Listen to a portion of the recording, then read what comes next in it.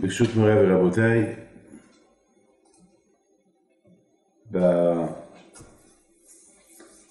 in the Parsha of this week, we talk about Bilam Rasha. And as we know, Bilam was a witchcraft, but he was a prophet. What I do not understand is, he's a prophet, he talked to God. So the question is, how it's possible that a man who is a prophet is equal to Moshe Rabbeinu? How it's possible that he can talk, he can be a witchcraft, and being a prophet too? It's a contradiction. I mean, just imagine me. You see, I am a rabbi, I have a beard, I act like a rabbi, I pray, I believe in Hashem, and I do good things as I can. Just imagine if you see me eating something that is not kosher. I mean, it's a contradiction. Or you see that I see things that I should not see. It's a contradiction. Or just if you see me shaking the hand of a woman, it's a contradiction from the religion. So how can you imagine Bilam, on one hand, he's a prophet, he believes in God, he sees everything, you know, he saw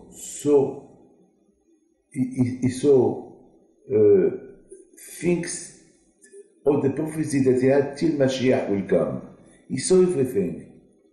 And he even saw the Jews, how they were studying Torah.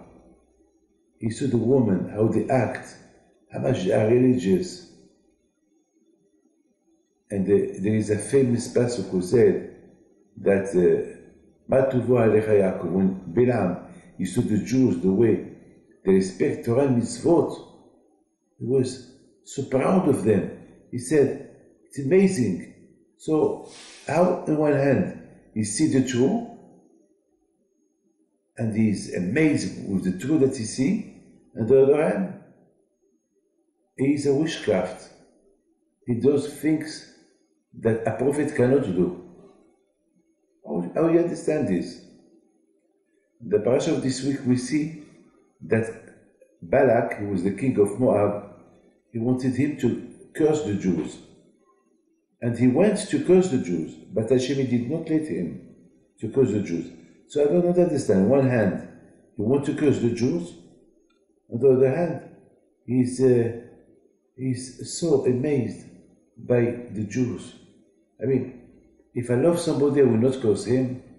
If I'm proud of somebody, I will not curse him.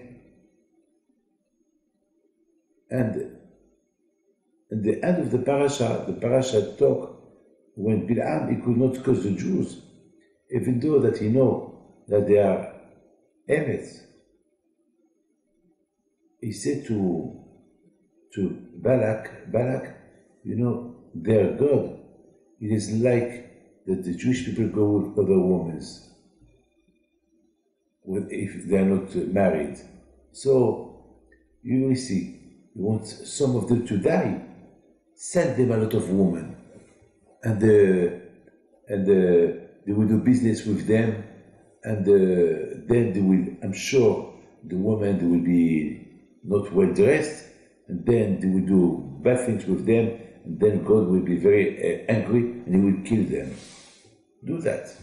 I don't understand. Bilam, you see the truth. Instead of give the Jews a push, give the Jews a hand, you know, a good luck, to tell only good things about them. This is the way you give a bad advice.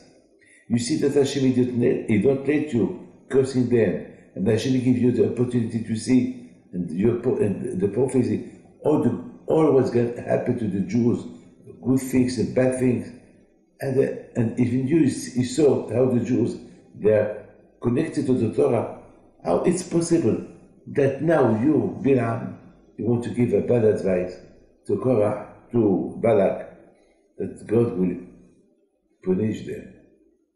And besides this, I don't understand Bilam. Bilam, you know that you are a prophet. You know that without the Torah, the world cannot stand. Without the Torah, there is no, Hashem he has no reason to maintain the world. So, by cursing the Jews, by pushing the Jews to do bad things, Hashem will destroy the world. And if Hashem destroys the world, he will die. I mean, Bilam, are you crazy? During 40 years, you saw how much Hashem protected the Jews in the desert. You saw that. You saw in the desert that the Jews had food, had Hashem really protected them.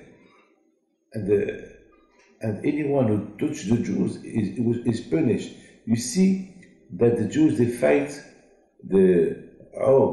two big nations, Sihon and Og, and they won the war, and they conquer all their lands. So you see that Hashem is with them. So why you want to curse them? My friend, I would like just to tell you something.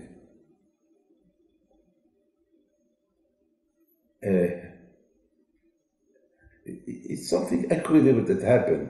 I am in Argentina. There was a man that came to see me that he has a big problem, heart problem, and the doctors, they give him two options. How do we do the problem? How do we do the operation? But both options are dangerous. So they told him, you choose.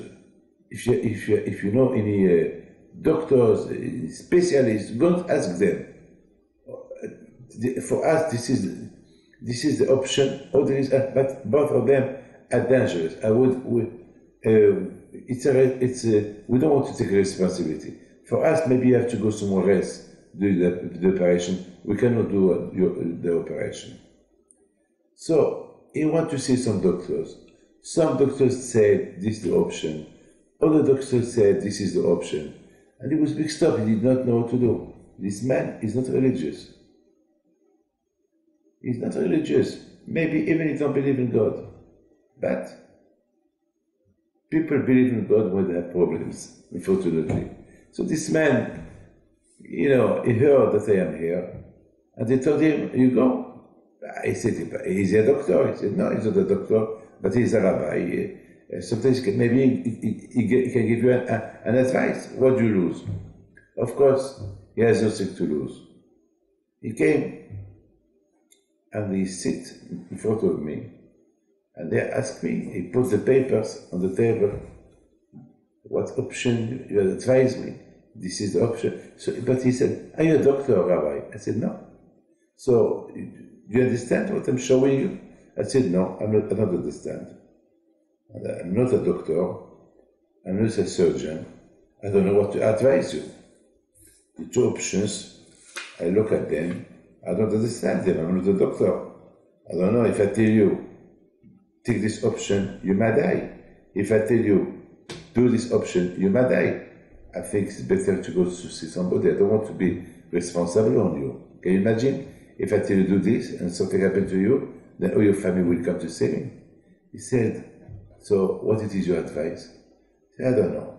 I cannot advise you. But I just took a pen and I was writing. And I was doing like a dessin. I was like, doing a petit dessin. Dessin, that means I was painting. I was painting, on the paper, painting some few things. I was just writing. And he said, what do you do? I said, no, I just try to do a picture of what your doctor told you. But I'm not a good designer. So I just designed something, I don't know. So he said, well, you have nothing to advise me? I said, no, I have nothing to advise you. I give you a bracha. Okay. So he went.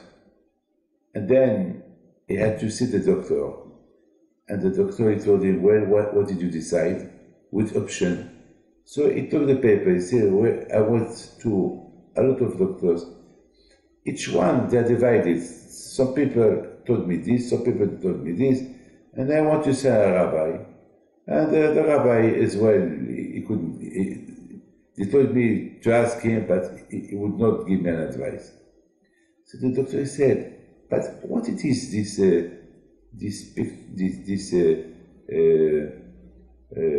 design that there is here? What's this? He said, no, it's nothing. It's the rabbi who wanted to design the way that what you did. He said, no, for me, I see an option, and a better option. And I think he's right. I think this option is good. And this is the best. I don't know. Is he a doctor? So he said, no, he's not a doctor. But he did not told me to do this. He said, but the way he designed, I think this is the best way. This is what you should do. So he accepted. And in the meantime, I left Argentina. I was not there. And he did what I told him, what I was designing. I just designed. I'm not a doctor. I was designing something. I don't know. It's like, writing. And then this week he came to tell me, Rabbi, thank you very much for the option that you gave me. It was the best option. It was not the option among the two options that the doctors gave me. You did a third option, and that's what he did. I said, but I did nothing. I was just designing. He said, yes, you were designing, but I don't know what you did, but what you did, that's what the doctor did exactly, and Baruch, it was a success. You have to laugh when you hear this story. I mean, I don't know what I did, but this is emunah. This is the faith when you have the faith in Hashem. When you believe in the Torah, when you study Torah, and you live according to the Torah, and you live according to what Hashem wants you to do. So Hashem sent us without knowing. I mean, people come to see me to ask me things that I don't know, but I give them answers. But I was not in the university. I'm not in the finance. I'm nothing. I only study Torah and give lectures. That's what I know. And I bless people with my heart. That's what I know. I'm not all this, but the answer is that what Hashem wants from you, you should not be in a contradiction life. You cannot be even a Jew and be against your Judaism. You have to decide, you are a Jew, then you have to respect Torah mitzvot. And then you're a Jew, and you don't respect nothing. So it's too bad. You see, because my life is according to Torah mitzvot, so Hashem helped me. I'm nothing. Hashem helped. That's it. Thank you, Hashem. Why? Because Hashem see that I want to live according to the Torah mitzvot. When Hashem see that you want to live according to the Torah mitzvot, Hashem help you. You know, my friend, always, since the day that Hashem gave us the Torah till now, the Torah, you cannot compare the Torah with what's going on in the world. The Torah, it shows you a way how you have to live. It's just unfortunately, because Adam Arishon did the sin, everything changed. But you cannot live the life that how people live. I mean, the life of a Jew, it's a life what the Torah permits you to live. I mean, you see, people they go, like somebody came this week, he told me, Rabbi David, why my wife, she has to go to the mikveh? I said, I don't know. Because Hashem said you have to do the mikveh, that's it. There is something that it's a law. You don't change law. I mean, there is things that you understand why you have to do them. And there's things that you don't understand why you have to do them. No one, even the big rabbis don't know why. Why we have to do shechita? We don't know why. Why we have to eat kosher? Because Hashem decided to eat kosher. Why do you eat this meat and not this meat? Because Hashem decided. But there is no reason why. We don't know why. There's a lot of mitzvot that you don't know why you have to do them. And that was the problem with Korah. Korah, because he did not understand few things, so he went against Moshe Rabbeinu. Because that's why there is a connection between the Parsha of Korah and the Parsha of Hukat. The Parsha of Hukat, the Korah, is how Korah he fighted Moshe Rabbeinu. And the Parsha of Hukat is the Parsha that you must respect mitzvot that you don't understand them. Respect your father and mother, we understand. Not to steal, we understand. Not to kill, we understand. Be a good boy, you understand. Be polite, we understand. But not to eat tarif, we don't understand. To put tefillin, we don't understand. To do nida, the purity of a woman, that only she can go to the mikveh, and even if she had a shower, even if during 1 year she had a shower, is no good. She needs to go, she will remain impure. She needs to go to the mikveh. Why? I don't know. It's a law. So this is the connection. If Korah has questions against Moshe Rabbeinu, why you do this? Why you do this? Moshe Rabbeinu, this is the law of Hashem now, because you invent them. So now the next parasha, Hashem he said, Zot Hukat Torah. This is the law of the Torah. There is some law that we don't understand them. Not because you don't understand them, so they are not true. Because Hashem he decide that the way should be. Hashem will want to test you if really you love Him by doing mitzvot that you don't understand them, that there is no logical by doing them, and you don't ask questions. Hashem wants to teach us, when you ask questions, you fail. There is no questions. Hashem said, do that, do this, that's it. When you do all what Hashem He asks you to do, you do it. So whatever you do as well, even if you are not a doctor, even because you said something, Hashem will help you. You see, my friend, this world, it's nothing to compare. I mean, Hashem give us Torah always. Look, Jewish people always we've been persecuted. The Shoah, because we are a little bit different from everybody. Because our culture, our religion, it's stranger from the way people do. I mean, people they laugh at us. Why you do this? Why you don't work Shabbat? Why this is Hashem. Why I cannot switch the light on Shabbat? I don't work. Hashem said, no, that's it. The Torah, the way you live in this world, nothing to compare with the Torah. This is two different. Always it was like that. Look, my friend, today the world, always it changes, but always there is good people, bad people. Always there is people believe in Hashem, people don't believe in Hashem. Always. I mean, since the creation of the world, Abraham Avinu fights all the nations in his generation. Our parents in Egypt, Baruch Hashem, they did not learn from the Egyptian. My friend, this is life. Always this is not new. Always there is people against the Torah. There is people with the Torah. I mean, people think we are primitive. Yes, you act like the old people. You act like the people of before. We are primitive. This is the goodness of the Torah. The Torah never changed.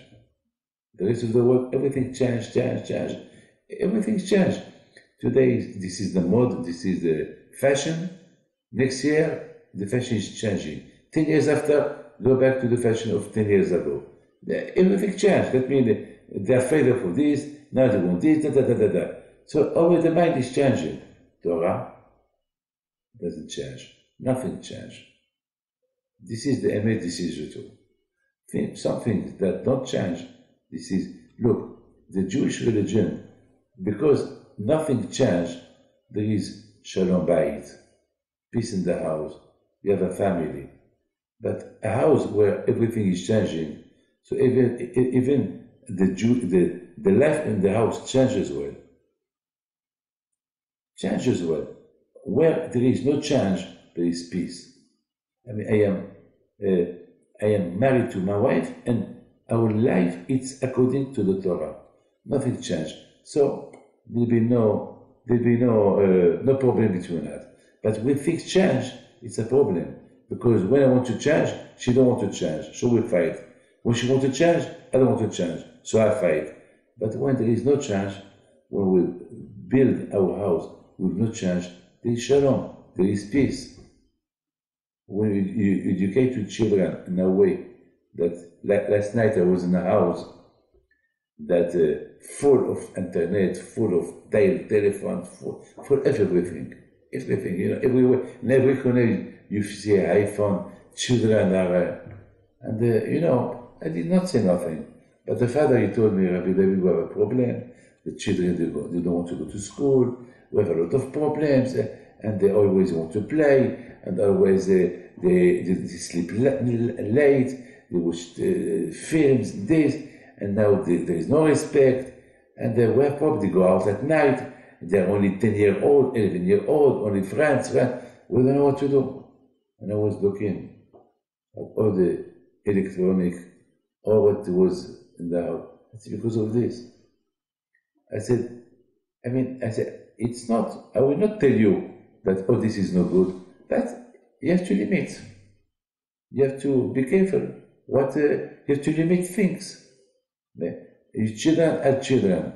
They need to go to school. With all this, that will, even in France, there was a big demonstration in France.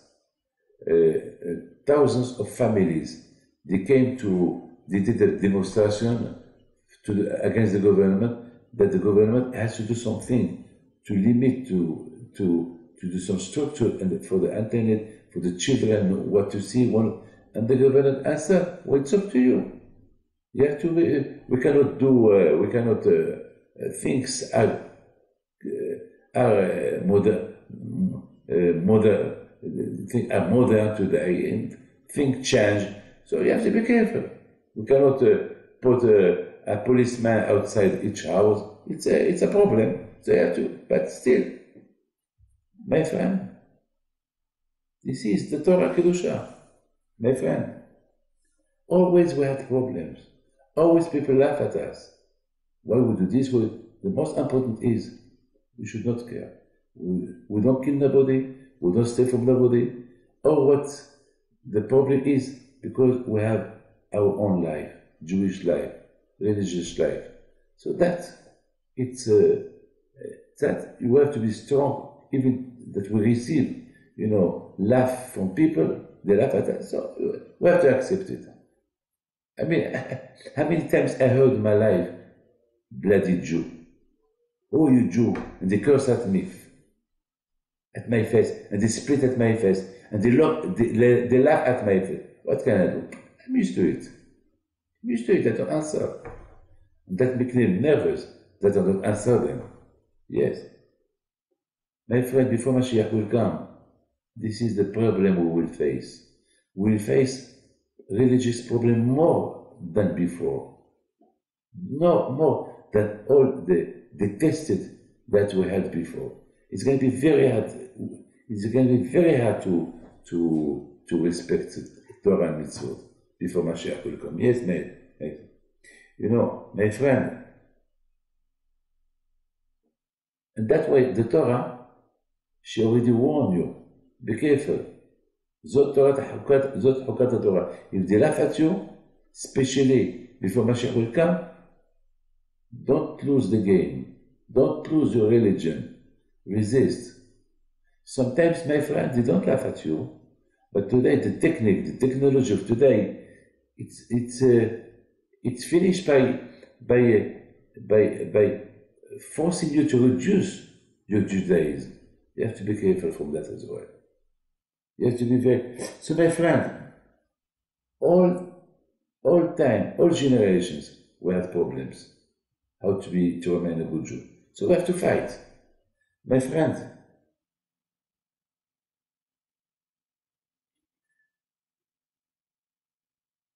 the Jewish people, our Jewish religion, always has been in danger. The Hashmonaim, Chanukah, nearly all the Jews, they forgot the Torah. The Hashmonaim came.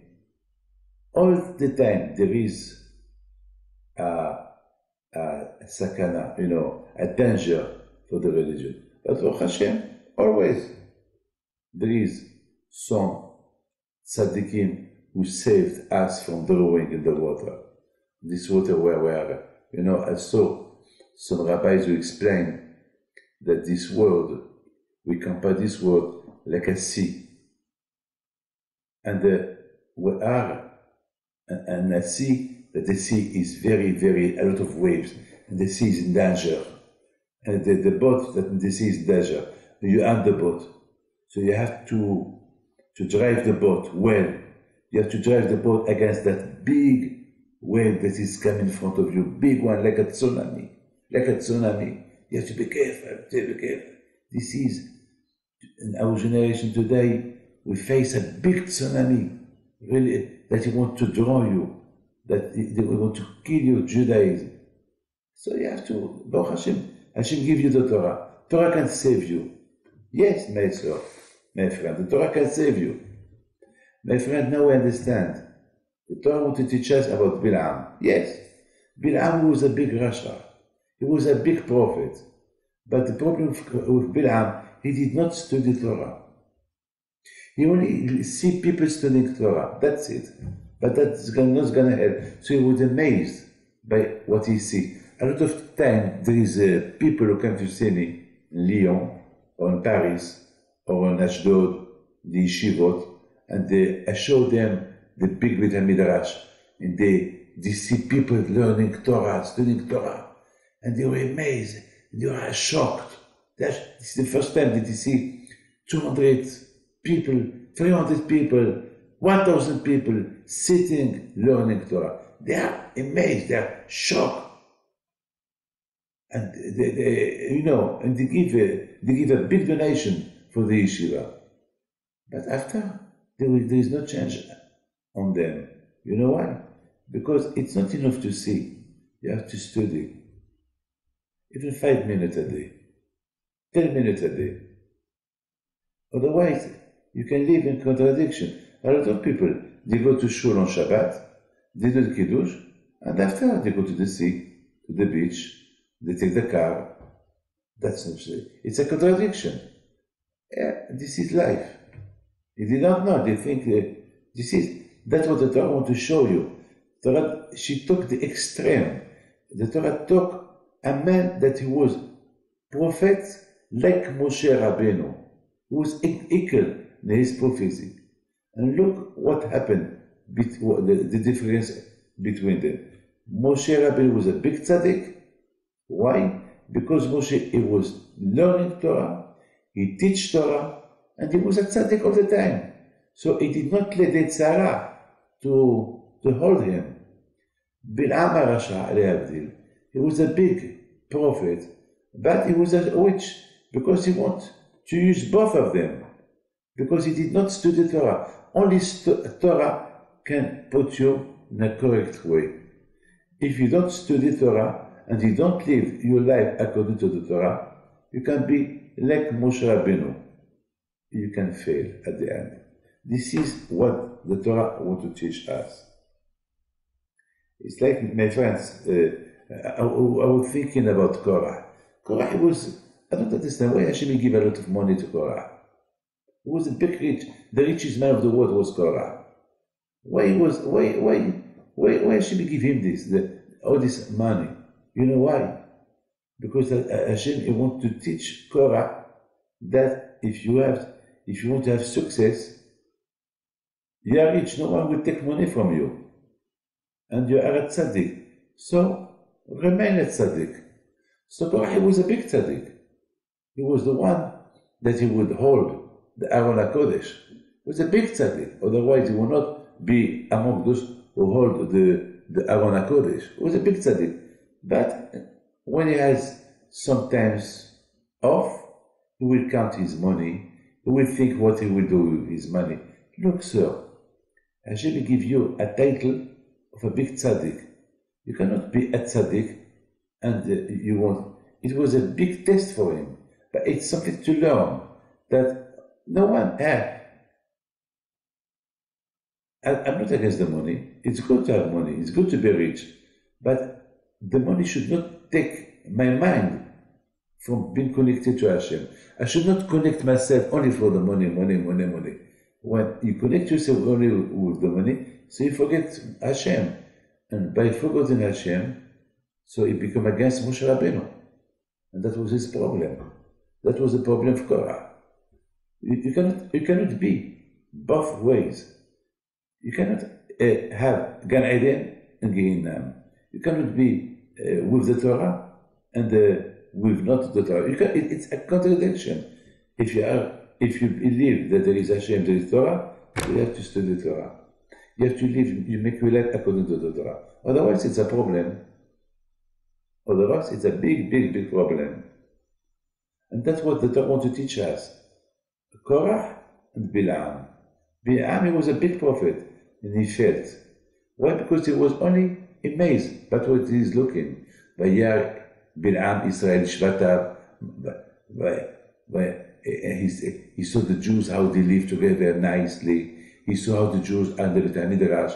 Wow, yeah, you will not love them if you don't really connect yourself to them. Because, and that was what happened to Korah, to Bilam. And Bilam, unfortunately, and because always he was looking only the good things that the Jews had, at the end he became against them. At the end he lost his mind. At the end he became jealous of them. And then he wanted to curse them. Then he wanted to really to make them do bad things. Why? Because it was far away from them. I mean, look, I know a lot of people that they work with some other people, and they're in charge of the money, and they see a lot of money. At the end, they become against the owner of the money. Why? I mean, in Baruch Hashem, he has a good wage.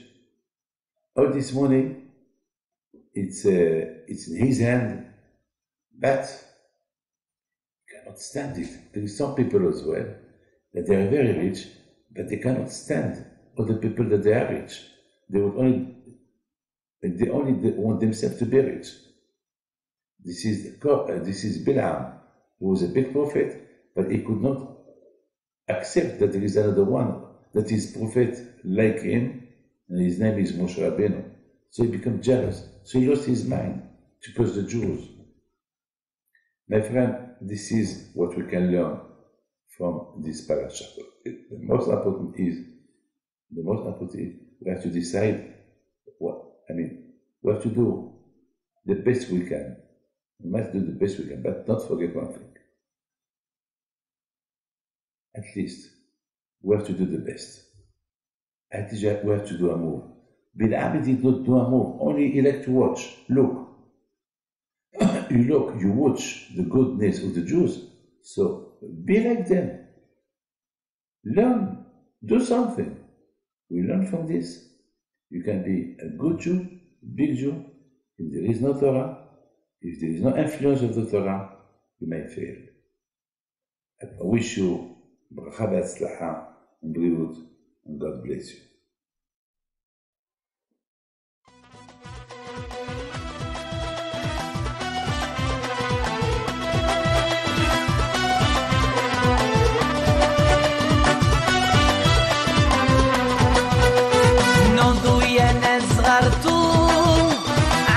حيم بنتو وقف لنا زي